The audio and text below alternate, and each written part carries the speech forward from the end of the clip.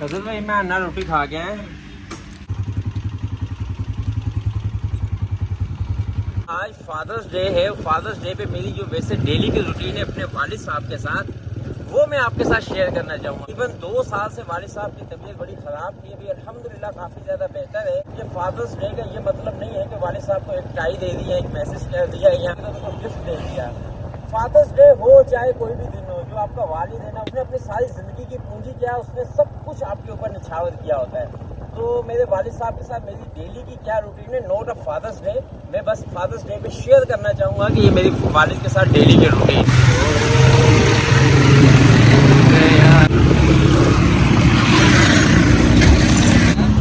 मैं इस भाई के पास हर दिन रुकता हूँ, यहाँ से थोड़ा सा फ्रूट लेके जाता हूँ अपने वालिद साहब के लिए। ये जो है ना यार, आज छोटे ना आलू बुखारे है कि चक्कर है, तो बाद में लाया कुछ शायद निकल आएगी ना।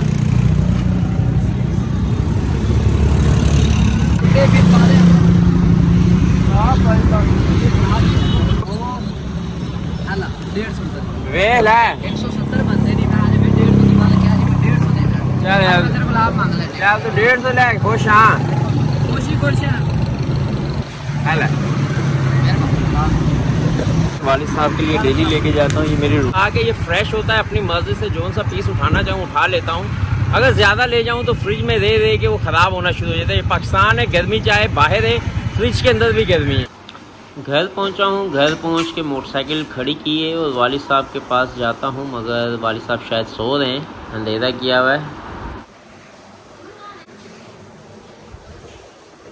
जी अस्सलाम वालेकुम अबू जी, सुनाओ कोई हो चक्कर चुक्कर तो नहीं आए फिर? हैं चक्कर हट के ना उठ के बैठे खलोते हो? अच्छा, आज फादर्स डे है, वालिद साहब का दिन है। वालिद साहब माशाल्लाह अभी सेहतमंद हो गए, फिट फाट हो गए। वालिद साहब से भी डिस्कस करेंगे, मगर वालिद साहब तकरीबन 1.5-2 साल से बीमारी की हालत में थे। अभी माशाल्लाह अल्हम्दुलिल्लाह मैं वालिद साहब की वर्जिश कैसे करता हूँ या करवाता हूँ वो भी बताऊँगा, और मैं आपको ये बताऊँगा कि साल 1.5 साल में क्या बीमारी लगी, हम समझ के आ रहे थे, वो किस तरह भाग रहे थे, जिसकी वजह से बड़ी प्रॉब्लम्स बनी।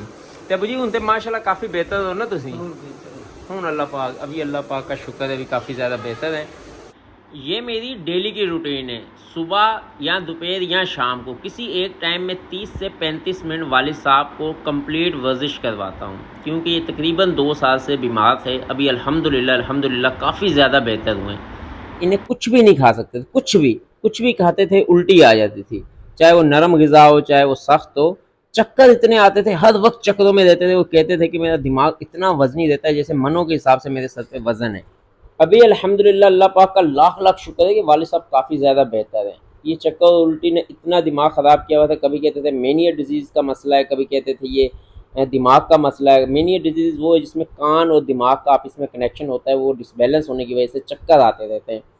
तो वो चक्कर इस टाइप के थे कि कभी MRI करवाएं, कभी फ़लाँ, इतनी रिपोर्ट्स करवा करवा के हम थक गए थे, मगर आराम नहीं आ रहा था। अभी जो वालिद साहब को मैं वर्जिश करवा रही हूँ, हाथ लगाने दे दें, पहले वालिद साहब हाथ नहीं लगाने देते थे, कहते थे मुझे हाथ लगाते हो तो मुझे ऐसे फील होता है कि जैसे मनोवजन और मेरे ऊपर आ गया है। तो हम लोग बड़े परेशान थे, कभी किसी हॉस्पिटल, कभी किसी हॉस्पिटल, कभी किसी हॉस्पिटल। तो भाई ये मेरी डेली की रूटीन है, ये नहीं है कि मैं एक दिन कर रहा हूँ या वीडियो के लिए कर रहा हूँ। फादर्स डे था तो सोचा आप लोग के साथ शेयर करूँ। ये मैं 20 बार हर एक्सरसाइज में 20-20 बार करता हूँ, तकरीबन 35 से 40 मिनट 45 मिनट में मैं वालिद साहब थोड़े से फ्रेश महसूस होते हैं तो मुझे भी सुकून मिलता है। थोड़ा सा मैं आपको बीमारी की हिस्ट्री का बताऊं कि हम समझते थे कि ये मेनिया डिजीज़ है जिसमें कान का कनेक्शन दिमाग के साथ होता है, वो बैलेंस आउट होने की वजह से चक्कर आते हैं, मगर ये नहीं था। 1.5 साल से हम यही दवाइयाँ खिलाए जा रहे थे। सबसे बड़े बड़े हॉस्पिटल में लेके गया, ENT स्पेशलिस्ट जितने भी हैं, DHA से लेके कैंट तक, हर एक को चेक करवाया, हर एक ने यही बोला ये मेनिया डिजीज़ है। हालांकि वो मसला नहीं था, वो एंड पे पता चला जब मैं CMH हॉस्पिटल पहुंचा तो उसने बताया कि ये तो मेनिया डिजीज़ का मसला ही नहीं है। तो दिमाग मेरा इतना ख़राब हुआ डॉक्टर्स को लेके, मगर वो भी अपना जो वो बताते थे साइन, वो साइन वालिद साहब के पास थे, इसीलिए वो लगता था कि मेनिया डिजीज़ है, क्योंकि उसमें कान का वज़नी होना, दिमाग का वज़नी होना, चक्कर आना, उल्टी आना, कान में सीटियों की आवाज़ें आना वो आती थी। तो वालिद साहब को भी ऐसा महसूस होता था, क्योंकि मसला इसमें था दिमाग का। CMH हॉस्पिटल गए तो उसने बताया कि भाई आपके वालिद साहब को ENT का या मेनिया डिजीज़ का मसला ही नहीं है, उनको मसला है दिमाग का, तो आप लिहाजा फ़लाँ डॉक्टर के पास जाएँ। दिमाग में भी पता नहीं कोई चीज़ का नाम ले रहा था। जब मैं वहाँ लेके गया, उसने जो मेडिसिन दी, तो अल्लाह पाक का लाख लाख शुक्र, लाख लाख शुक्र कि काफ़ी ज़्यादा बेहतर हुए और ये उठ के बैठ सक रहे हैं। पहले ऐसा हरगिज़ नहीं था कि वालिद साहब को मैं हाथ लगाता तो कहते मुझे हाथ ना लगाएं, तो बड़ा मुश्किल होता कि उनको उठाना बिठाना, कोई चीज़ खाते बहुत बुरी हालत में थे। अभी अल्लाह पाक का शुक्र है, मैं सुबह या शाम दिन में एक बार मैं वालिद साहब को 40 से 45 मिनट इस तरह एक्सरसाइज करवाता हूँ, मसाज करता हूँ, रिलैक्स फील करवाने की कोशिश करता हूँ, उनसे बातें करता हूँ, उनसे मोहब्बत का इजहार करता हूँ, उनके लिए कोई ना कोई चीज़ लेकर आता हूँ, चाहे वो खाएं या ना खाएं, मगर मैं लेके आता हूँ। ये मेरा डेली की रूटीन है, नोट अ फादर डे। एक और बात बताता जाऊँ कि मैं क्योंकि हॉस्पिटल में काफ़ी वक्त गुजारा है, तो मैंने नोट किया है कि जो बीमार लोगों का पता लेने के लिए आते हैं, तो बीमार आदमी पहले ही डिस्टर्ब होता है कि मैं शोर शराबे से दूर रहूँ, और फिर जो पता लेने के लिए आता है वो क्या करता है, आके मोबाइल में लगा रहता है या अपनी बातों में लगा रहता है, और फिर वो चलता बनता है। ठीक है, अगर आप आएँ, आप जो बीमार हैं उससे चहलकदमी करवाएं, उनसे बातचीत करें, उनके लिए उन्हें कुछ खिलाने पिलाने की कोशिश करें, उनका दिमाग फ्रेश करने की कोशिश करें, और दुनियावी बातें मतलब कि उलझने, लड़ाइयाँ झगड़े, वो स्टोरियाँ आके ना बताएं कि उसने ये हुआ वे हुआ।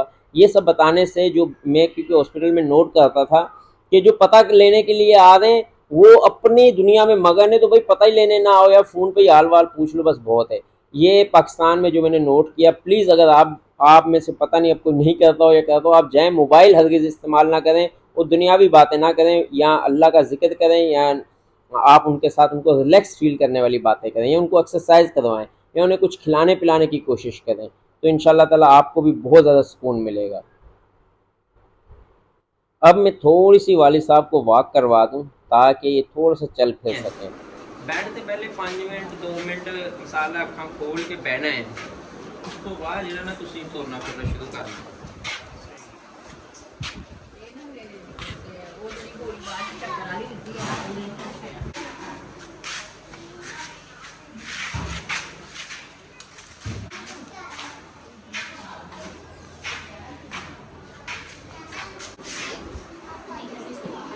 जो है वो माशाल्लाह रेडी है, माशाल्लाह पाए पके हुए, चने पोए, टिक्कियाँ, रोटियाँ, हाय हाय हाय हाय हाय, बिस्मिल्लाहिर्रहमानिर्रहीम बनते हैं भाई।